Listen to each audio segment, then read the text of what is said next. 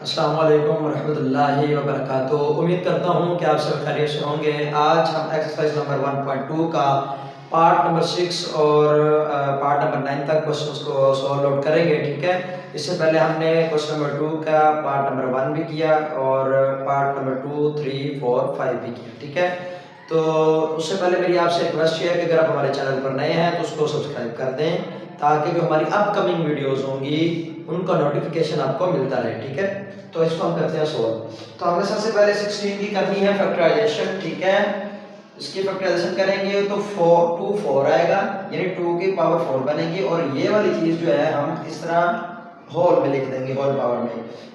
20 की करेंगे तो 2 की 2 और मल्टीप्लाई बाय 5। 2 की 2 4 होता है, 4 5 20 होता है। ठीक है, और 4 की करेंगे फैक्टराइजेशन तो 2 की 2 बनेगा और ये 2x हम बाहर लिख लेंगे। ठीक है, उसके बाद 2 की पावर x को अलहदा कर लेते हैं, 2 की पावर -3 को अलहदा कर लेते हैं। जब इस तरह से हमारे पास एक चीज और उसकी पावर 2 हो, प्लस या माइनस में हो, तो हम अलहदा भी कर सकते हैं। ठीक है, इसी तरीके से 8 की फैक्टराइजेशन करेंगे तो 2 की 3 के इक्वल आता है और ये चीज हम एज इट इज लिख लेते हैं भाई। ठीक है, अब नेक्स्ट इनको सॉल्व करते हैं। 4 इन दोनों से मल्टीप्लाई होगा। ऐसी चीज जब उस ऐसा को नंबर जिसकी दो पावरें हो, एक ब्रैकेट के अंदर एक ब्रैकेट के बाहर, तो हम उन पावरों को आपस में मल्टीप्लाई करते हैं। ठीक है, तो 4 को x से करेंगे 2 4x और प्लस 4 हो जाएगा, ये मल्टीप्लाई सॉरी प्लस है दरम्यान में, plus 2 square multiply by 5, 2 2 are 4 और ये 4x। ठीक है, उसके बाद ये एज इट इज ही रहने दो। ये 3 इन दोनों से मल्टीप्लाई होगा, इधर ये वाला 3 इन दोनों से मल्टीप्लाई होगा तो 3 को x से करेंगे 3x, 3 को 2 से करेंगे तो 6 आ जाएगा। ठीक है, अब जिस तरह हमने इधर किया था, पावरों को अलग-अलग कर लिया था नंबर्स के साथ, इधर भी हम इस पावर को पहले इसके साथ अलग, फिर इस पावर को इसके साथ अलग, इधर भी ऐसे ही करेंगे।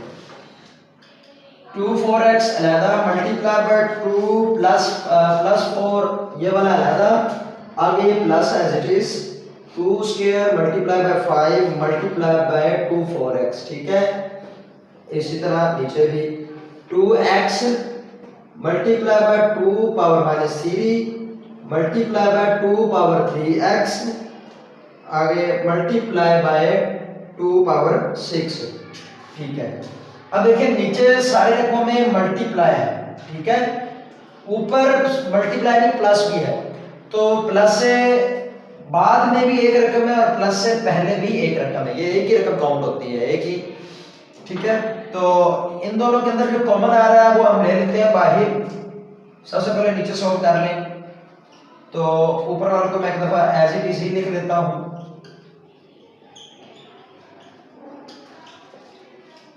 ठीक है, अब नीचे जब मल्टीप्लाई हो रहे हो ना सारी चीजें और बेस सेम हो, पावरें ऐड होती हैं, इसको और इसको मैं ऐड कर देता हूं, इनकी पावरों को और इनको भी आपस में ऐड कर देता हूं। 2 -3 प्लस 6 बताता हूं क्यों करना है ऐसा हमने, क्योंकि हमने ऊपर से एक चीज कॉमन लेनी है और उसको और उस नीचे वाली चीज को हमने आपस में कट कर देना है। ठीक है, हमारे पास जो चीज आई है वो ये आ गई 4x और ये नीचे चीज ये आ गई +3। हाँ ठीक है, अब हमने इन दोनों में से और इन दोनों में, इधर से और इधर से हमने ऐसी चीज कॉमन लेनी है कि हमारा ऊपर और नीचे काट जाए। देखिए इधर भी 2 4x है और प्लस के शुरू में भी, इधर भी प्लस के शुरू वाली रकमों में भी हमारे पास 2 4x है, तो 2 4x हम कॉमन ले लेंगे और 2 4 इधर है और 2 2 इधर है, तो 2 की 2 ही कॉमन ले सकते हैं।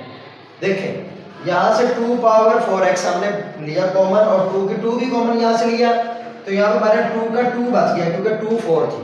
ठीक है, उसके बाद प्लस एज इट इज 2 का स्क्वायर भी हमने कॉमन ले लिया, 2 पावर 4x भी कॉमन ले लिया, तो हमारे पास बचा क्या 5, तो हम +5 लिख देते हैं। ओके, उसके बाद अब जो कटता है काट दो, ये और ये कटता है।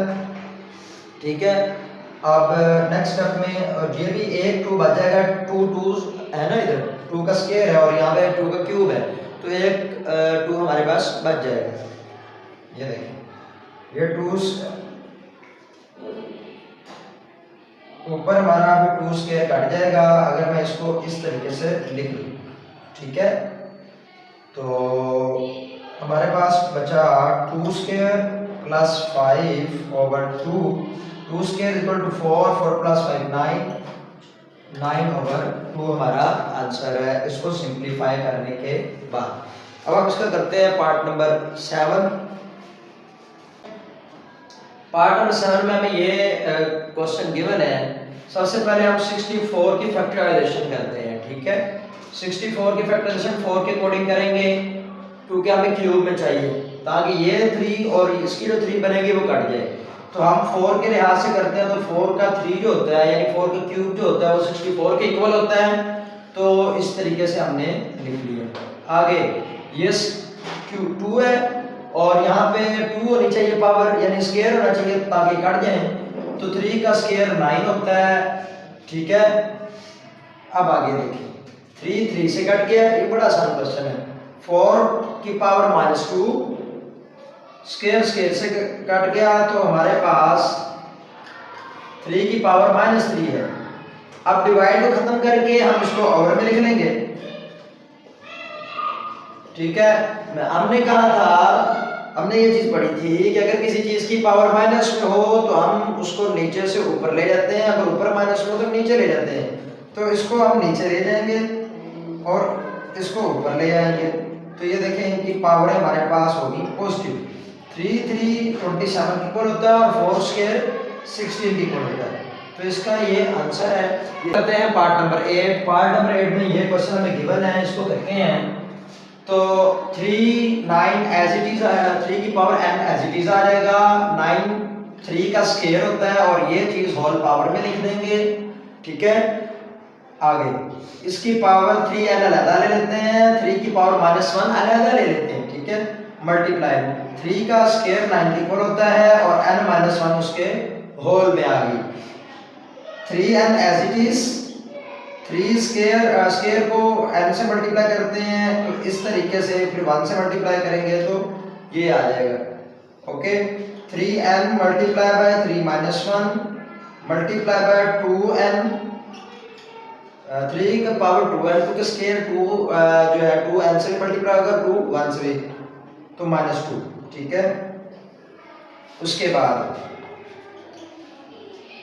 अब देखते हैं इनकी पावर को अलग-अलग ले लेते हैं।